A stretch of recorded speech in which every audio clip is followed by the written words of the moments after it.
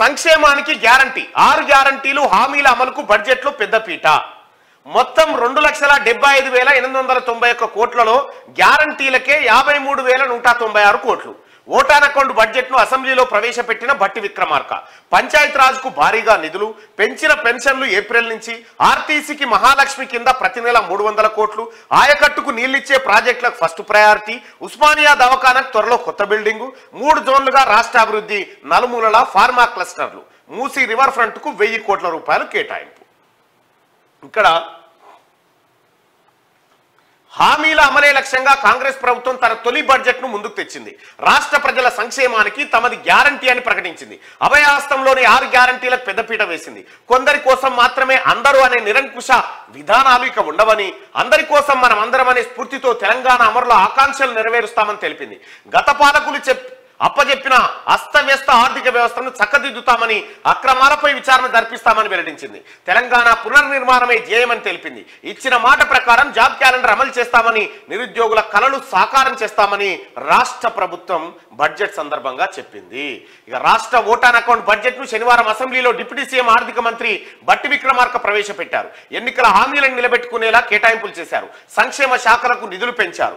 విద్య, పంచాయతీరాజ్, విద్యుత్, సాగునీటి రంగాలకు ప్రాధాన్యం ఇచ్చారు. ఓటాన్ అకౌంట్ బడ్జెట్ ను ప్రవేశపెట్టినప్పటికీ 6 గ్యారంటీలకు తగిన నిధులను ప్రభుత్వం కేటాయించింది. గత ప్రభుత్వ బడ్జెట్ల మాదిరి నేల విడిచి సాము చేయకుండా ఓ పద్ధతి ప్రకారం కేటాయింపులు చేస్తున్నామని, వాస్తవ పద్దును పొందుపరిచామని తెలిపింది. మొత్తం 2,75,891 కోట్లు. ఈ బడ్జెట్ లో 6 గ్యారంటీల అమలుకే 53,196 కోట్లను, అంటే 26% నిధులు వినియోగించనుంది. మహాలక్ష్మి, గృహజ్యోతి, రైతు భరోసా, ఇందిరమ్మ ఇండ్లు, చేయూత, యువ వికాసం హామీల అమలుకు విధి విధానాలు రూపొందించుకున్న తర్వాత పూర్తి స్థాయి బడ్జెట్ లో మళ్లీ తగిన మేర కేటాయింపులు చేస్తామని ప్రభుత్వం ప్రకటించింది. పంచాయతీరాజ్, గ్రామీణాభివృద్ధి శాఖకు అన్నింటికి 40,080 కోట్లు కేటాయించింది. విద్యుత్ రంగానికి, సాగునీటి శాఖకు, విద్యాశాఖకు ఇంతకుముందు కంటే నిధులు కేటాయింపులు ఎక్కువ చేసింది. వెల్ఫేర్ డిపార్ట్మెంట్ల నుంచి ఉపాధి కల్పించే సబ్సిడీ స్కీమ్లకు బడ్జెట్ లో ప్రయారిటీ ఇచ్చింది. ఎస్సీ సంక్షేమం కింద 21,874 కోట్లు, ఎస్టీ సంక్షేమం కింద 13,013 కోట్లు చూపించింది. ప్రతి మండలానికి అంతర్జాతీయ ప్రమాణాలతో తెలంగాణ పబ్లిక్ స్కూల్ ను ఏర్పాటు చేస్తామని రాష్ట్ర ప్రభుత్వం ఇక్కడ వెల్లడించింది. ఇక్కడ భట్టి విక్రమార్క స్పీచ్ లో ఒక మాట, తెలంగాణ త్యాగమూర్తులు ఏ ఆశయాల కోసం ఆత్మార్పణ చేశారో వారి ఆశయాలను సాధించేందుకు, వారి కలలను సాకారం చేసేందుకు ఏమాత్రం వెనుకాడం. ఇది మనస్సాక్షిగా చెప్తున్న మాట. ముఖ్యమంత్రి, నా సహచర మంత్రివర్గ సభ్యుల మాట. గత పాలకుల నిర్వాకంతో మన ధనిక రాష్ట్రానికి కూడా ఆర్థిక కష్టాలు వచ్చినాయి. పూట గడవడం కష్టమనేంత స్థాయికి ఆర్థిక వ్యవస్థను దిగజార్చారు. అయినా ప్రజల నమ్మకాన్ని నిలబెట్టుకోవడానికి ఈ ప్రజాప్రభుత్వం ఎంతటి సాహసాన్నైనా చేస్తుంది, ఎంతటి కష్టాన్నైనా భరిస్తుంది. పాలకులకు ప్రజలకు మధ్య ఉన్న ఇనుప కంచెలు తొలగించడంతో మొదలైన ప్రజాపాలనను మరింత పటిష్టంగా ముందుకు సాగిస్తామని చెప్పి భట్టి విక్రమార్క చెప్పిండు. ఇక దీంట్లో త్వరలోనే మెగా డిఎస్సి జాబ్ క్యాలెండర్ తయారు చేస్తున్నామని భట్టి విక్రమార్క గారు చెప్పారు. నిరుద్యోగులకు అండగా ఉంటామని వెల్లడి. టీఎస్పీఎస్సీకి 40 కోట్లు కేటాయింపు. ఇక మండలానికో Telangana public school pilot project కింద 500 కోట్లు, వర్సిటీల్లో వసతుల కోసం 500 కోట్లు కేటాయింపు అంటూ ఒక వార్తను చూస్తున్నాం. ఇక్కడ మనం ఒక్కొక్క అంశాన్ని కనుక చూద్దాం, అవి చూసిన తర్వాత చూద్దాం. కానీ ఇక్కడ పెద్దపీట బడ్జెట్లో, ఈ పెద్దపీట అనే పదం ప్రతిసారి బడ్జెట్లో వస్తూ ఉంటుంది. ఈ పెద్దపీట ఏంది? పెద్దపీట అంటే మన ఇళ్లలో, వెనకట ఇళ్లలో పెద్దగా ఉంటుండే పీట, పెద్ద పీట ఉంటుండే. కూర్చొని తింటప్పుడు పీటలు వేసుకొని తినేది. పీటలు వేసుకొని తినే కాలం, కింద కూర్చోకుండా పీటల మీద కూర్చొని తినే కాలం ఉండేది. పెద్ద పీట అంటే పెద్దగా ఇట్లుంటుండే. దాని మీద ఇప్పటికి చాలా మంది ఇళ్ళలు ఉండి ఉంటాయి. వెనకట ఊర్ల పంట అయితే ఉంటాయి, సిటీలలో అయితే అసలు ఆ పీటలే ఉండేవి. ఇప్పుడంటే మంచాలు, నవార్ మంచాలు, ఆ నవార్ మంచాల కాలం అయిపోయింది. సోఫాలు వాళ్ళెవరు,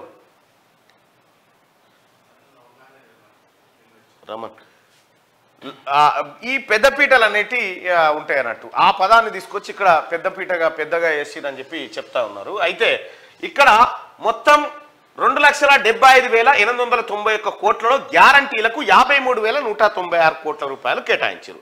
అసలు ఈ బడ్జెట్ ఏంది? కూర్చున్నాయి. అసలు ఈ బడ్జెట్ ఏంది, ఈ బడ్జెట్ వ్యవహారం ఏంది ఒకసారి మినిమైజ్ చేయి. బడ్జెట్ అంటే ప్రజలందరూ తెలుసుకోవాల్సిన విషయం ఏంటంటే, మనము మన ఇంట్లో ఈ వారం రోజుల, నెల రోజుల, ఏడాదిగా బడ్జెట్ పెడతాం, ఎంత ఆదాయం వస్తుంది? ఇది బడ్జెట్ అంటే బొగట్టే అనే ఫ్రెంచ్ పదం. ఇది ఒక ఫ్రెంచ్ పదం. ఈ బొగట్టే అంటే ఏంటంటే తోలు సంచి, అందుకనే బ్యాగ్ పట్టుకుని పోతుంటారు. తోలు సంచి అన్నట్టు బడ్జెట్ అంటే ఆ బొగట్టే అనేట్టు తోలు సంచి. ఆ తోలు సంచిలో కాగితాలు తీసుకుపోతారు అన్నట్టు. ఆ సంచి పేరు బడ్జెట్. అయితే దీంట్లో మరి ఏముంటది ఇందులో అంటే రాష్ట్ర ప్రభుత్వం బడ్జెట్ని ఎట్లా కేటాయిస్తుంది ఏం కథ అనేది ఒకసారి మనం వివరంగా చూస్తే, ప్రభుత్వం ఇక్కడ ఒక ఇంటి యజమాని. మనం ఇక్కడ ఏం చేస్తామంటే మనం సాధారణంగా ఏం చేస్తామంటే మన దగ్గర ఇప్పుడు సపోజ్ ఒక చిట్టి వేసినాం, 1,00,000 రూపాయలు చిట్టి వేసినాం. ఆ చిట్టి పైసలు ఎత్తి 1,00,000 రూపాయలు మన దగ్గరకు వచ్చిన తర్వాత ఆ 1,00,000 రూపాయలలోంచి ఫ్రిడ్జ్ కొనడానికి 20,000 రూపాయలు, ఆ తర్వాత పిల్లల ఫీజులకు ఒక 20,000 రూపాయలు, ఇక వైద్యం ఖర్చులకు ఒక 10,000 రూపాయలు, ఇట్లా ఏవైతే కేటాయింపులు చేసుకుంటామో సేమ్ ప్రభుత్వం కూడా ఇట్లనే. మరి 1,00,000 రూపాయలు చిట్టి వేసిందా ప్రభుత్వం అంటే లేదు, అట్లుండదు. వస్తే రేపు పొద్దుగాలు వస్తే మేము పెడతాం అంతే. రేపు రాబోయే పైసలతోని రేపు పెట్టబోయే ఖర్చు అంతే. పలానా సుదర్శన్ 5,000 కోట్లు ఇస్తా అంటున్నాం, మేము ఆశాజనకం 5,000 కోట్లలోంచి 3,000 రూపాయలు ఇళ్లకు, 3,000 రూపాయలు పెన్షన్కి, 3,000 రూపాయలు ఇట్లా అన్నట్టు రాబోయే ఆదాయానికి పెట్టబోయే ఖర్చు, ఆదాయంతో పెట్టబోయే ఖర్చు. దీంట్లో కూడా అప్పులు గిన్ని గుంజుకొస్తాం, గాడ గింతుంది, గిడ గింతుంది, గిడ గింత అమ్ముతాం, ఇదంతా కలిపి 2,75,891 కోట్లు. ఈ పైసలన్నీ ఇగో గిన్నె అయితే మన దగ్గర ఈ ఏడాది మొత్తం గిన్నె జమ అవుతాయి. ఈ జమైన పైసలలోంచే మనము ఇప్పుడు పెట్టబోతున్నటువంటి ఖర్చు అన్నట్టు.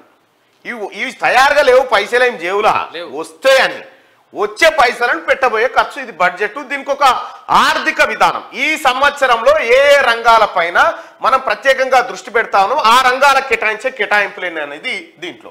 అయితే ఎప్పుడైనా కూడా ఏ దేశమైనా ఏ ప్రభుత్వమైనా ఇంకొక మాట చూసుకుంటే బడ్జెట్ అనేది ఎక్కడ ఉచితాలకు ఎక్కువ కేటాయింపులు జరిగితే ఆ రాష్ట్రం దివాలా దిశగా ఉన్నట్టుగా మనం గమనించుకోవచ్చు. ఈ బడ్జెట్ అనేది విద్య, వైద్యం, మౌలిక వసతులు అదే అవస్థాపన సౌకర్యాలు అంటారు, దీనిపైన కేటాయిస్తే ఆ రాష్ట్రం ఆ దేశం కానీ ముందు చూపుతో పోతా ఉంది, అది డెవలప్ కావడం కోసం ఎదురు చూస్తూ ఉంది అనేది ఇవి కేటాయింపులు. మరి దీంట్లో ఉచితాలు ఇవ్వద్దంటే ఇవ్వాలి. ఎవరికి ఇవ్వాలి? నిజంగా అర్హులైనటువంటి వ్యక్తులకు ఇవ్వాలి ఈ ఉచితాలు ఎట్లా? సపోజ్ రైతు బంధు ఉంది, రైతు బంధు పథకం ఉంది.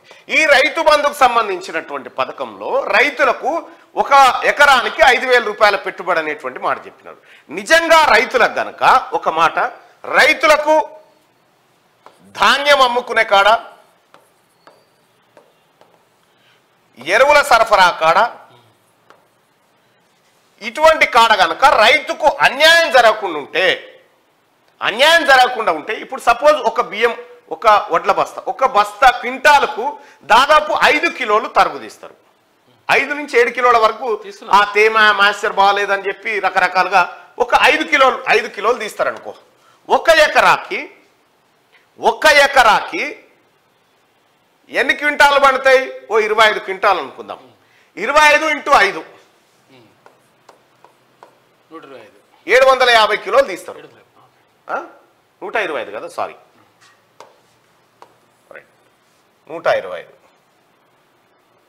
125 కిలోలు తీస్తారు. ఇక్కడ 125 కిలోలు అంటే 1 కిలోకి ప్రభుత్వం అంటే ఎంఎస్పి కల్పించేదే 2100 అనుకుందాం. అంటే అటు ఇటు కలిపి ఒక 3,500 రూపాయల దాకా ఇక్కడ ఒక ఎకరా మీద రైతు దగ్గర దోపిడీ చేయబడుతుంది. మరి ఇది ఒకటే కాదు, ఇంకా ఎరువుల దగ్గర కానీ లేకపోతే రైతుకు, మళ్ళీ ఈ రైతుకు ఈయన ఇప్పుడు రావు పైసలు, 4 నెలలకు 3 నెలలకు అకౌంట్లో పడతాయి. ఈ అన్ని పైసలకు మిచ్చేసుకుంటే ఎకరాకు 6,000 రూపాయల దోపిడీ జరుగుతూ ఉంటే రైతులకు వాళ్ళకి ఇచ్చేది 5,000 రూపాయలు ఇస్తారన్నట్టు. ఈ దోపిడీ అంతా ఎవరికి పోతుంది? దళారులు, పెట్టుబడిదారుల దగ్గరికి ఈ దోపిడీ పోతుంది. అసలు రైతుకు 6,000 నష్టం అయితే 5,000 రూపాయలు ఇస్తా ఉన్నారు. ఇక్కడ ఈ దాన్ని నివారించగలిగితే, ఈ దోపిడీని నివారించగలిగితే రైతులకు రైతు బంధు అనేటువంటిది పెద్ద ఇంపార్టెన్స్ కాకపోవచ్చు ఒకవేళ ఇదే జరిగితే. ఇప్పుడు కేసీఆర్ ఏం చేసిండంటే ఈ ఉచితాల కార్యక్రమానికి తెరలేపిండు. దీంట్లో తెరలేపి ఏం చేసిండు? దీంట్లో తెరలేపి పెట్రోల్ బంకులు, ఔటర్ రింగ్ రోడ్లు, గుట్టలు, షెట్లు, గ్రామాలకు, గ్రామకంఠ భూములకు కూడా రైతు బంధు ఇచ్చుకుంటూ పోయింది. ఇండ్లకు కూడా మొత్తం కేసీఆర్ చేసిన ఒకే ఏడాది దుబారా ఖర్చు ఎంత అంటే 19,000 కోట్ల రూపాయలు.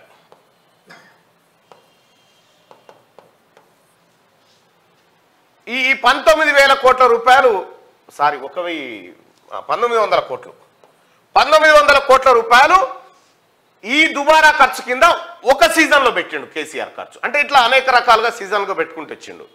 ఈ రకంగా ఇట్లా దుబారా చేసుకుంటూ పోయిండు.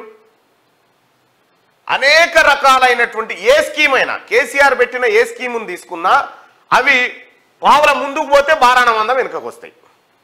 నీవు రైతు బంధు స్కీమ్ ఇది ఇట్లా ఉంటే ఇక దీనికి సంబంధించి గొర్రెల స్కీమ్ అని పెట్టిండు. ఒకటి గొర్రెల స్కీమ్ పెట్టిండు. ఆ గొర్రెల స్కీమ్లో మొదటి విడత, రెండో విడత, మూడో విడత 21 గొర్రెలు, యాదవులు, కోటీశ్వర్లు ఈ కథలన్నీ చెప్పిండు.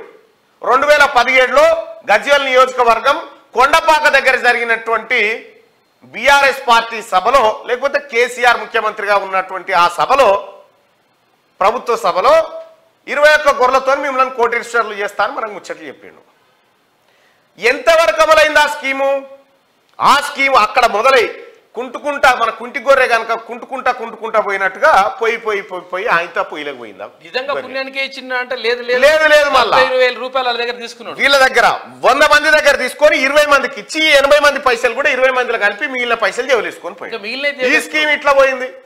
ఇక దళిత బంధు అని పెట్టిండు. దళిత బంధు హుజూరాబాద్ లో స్టార్ట్ చేస్తే అది హైదరాబాద్కి వచ్చే వరకాల 3 ఏళ్ళు పట్టింది.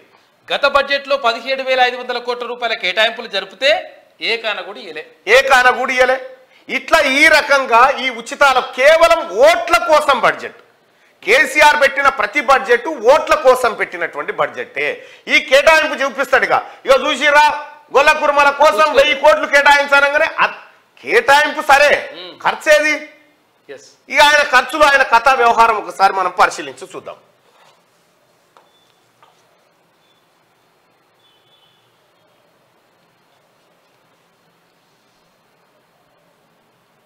కేటాయింపులే తప్ప అమలేది.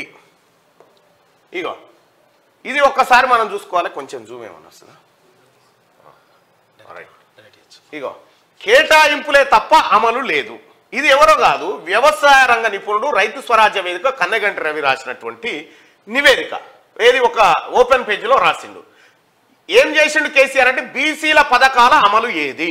కేసీఆర్ గతంలో 2018-19లో వెనుకబడిన వర్గాల సంక్షేమానికి 5,960 కోట్లు కేటాయించగా అందులో 63% నిధులు ఖర్చు చేయలేదు.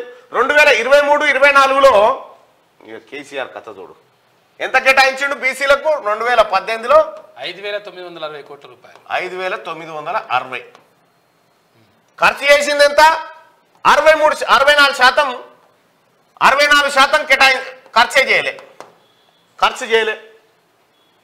ఇక్కడ 2022-23లో 6,229 కోట్లు కేటాయించిన ఖర్చు ధోరణి మాత్రం అలాగే కొనసాగింది. రాష్ట్ర జనాభాలో బీసీలు 54% ఉన్నప్పటికీ 2023-24లో 2,90,000 కోట్ల రాష్ట్ర బడ్జెట్ లో కేవలం 5% మాత్రమే బీసీ సంక్షేమానికి కేటాయించారు. గత 10 ఏళ్లలో బీసీ సంక్షేమానికి 10 ఏళ్లలో బీసీ సంక్షేమానికి మొత్తానిగా 17,611 కోట్లు మాత్రమే ఖర్చు చేశారు. ఇందులో కూడా బీసీ వెల్ఫేర్ కోసం 0.00023. ఇగో ఈ రకంగా ఇక్కడ ఎస్సీ పథకాలకు అదే గతి, గిరిజనుల పథకాలకు నిధులు మళ్లింపు. ఈ రకంగా కేసీఆర్ మాయామచ్చింద్ర చేసిండు మొత్తం జనాన్నంతా. బడ్జెట్ తోని మాయామచ్చింద్ర చేసి కేవలం కేటాయింపులు ఉంటాయి తప్ప ఖర్చు మాత్రం ఉండదు. ఇది కేసీఆర్ మాయాజాలం బడ్జెట్. ఇక వీళ్ళు మాట్లాడుతూ ఉంటే ఇక దేంతో నవ్వానో అర్థం కాదు.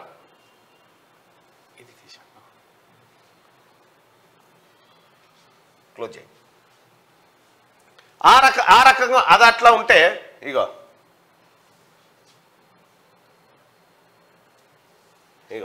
కేంద్ర పథకాలకు రాష్ట్రం దూరం. కేసీఆర్ చూసుకో ఎట్లా చేసిండు వైద్యం అక్కడ. ఇగో చూడు ఆట ఆడుకుంటున్నా ఇక్కడ కేంద్ర పథకాలకు రాష్ట్రం దూరం. ఇండ్లు ఇస్తలేరు, కేంద్ర సాయం అందించనీయలే కేసీఆర్.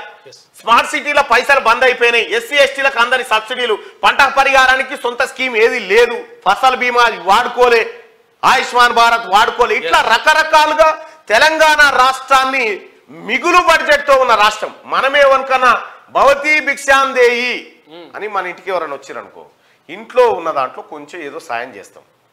మనం ఇంట్లో సాయం చేసే స్థాయిలో తెలంగాణ ఉండే కేసీఆర్ రాకముందు.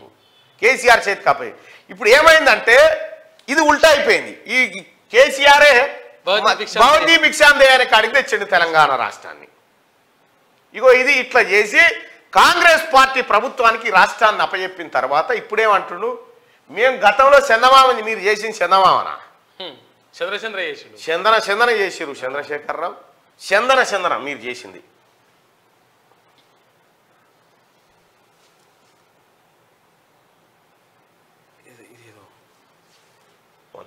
ఇది కూడా మార్క్ రైట్గా రాష్ట్ర ప్రభుత్వం, ప్రస్తుత రాష్ట్ర ప్రభుత్వం ఎవరెవరికి ఎంత బడ్జెట్ కేటాయించింది ఒకసారి చూద్దాం. మొత్తం బడ్జెట్ 2,75,891 కోట్లు. ద్రవ్యలోటు 32,557 కోట్లు.